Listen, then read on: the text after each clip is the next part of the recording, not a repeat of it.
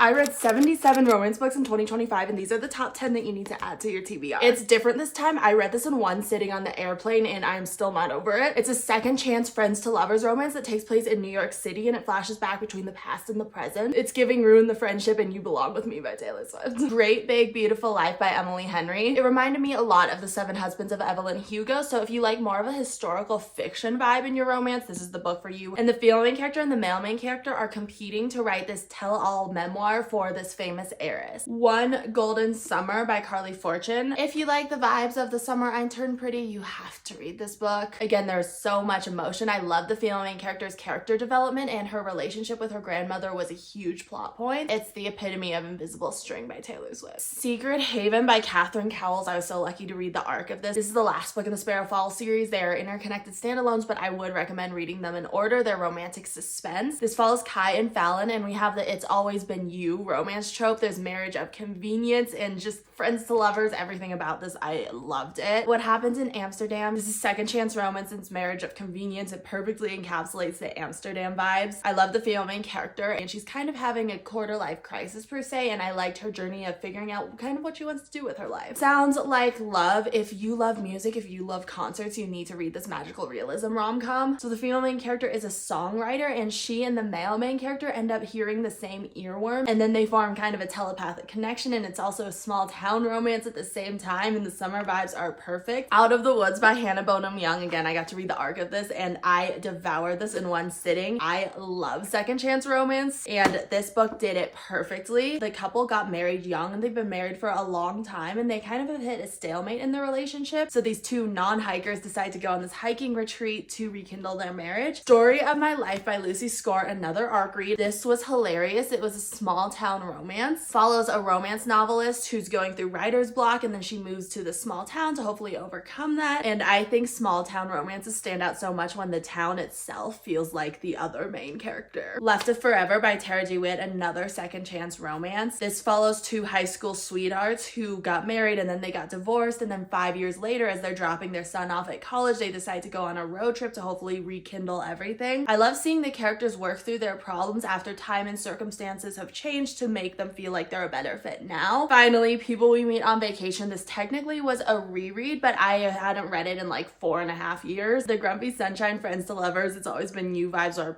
perfect. Poppy is the Bolter by Taylor Swift, and I relate so much to certain aspects of both Poppy and Alex's personalities. Let me know what your favorite romance book of 2025 was, and follow for more book recs.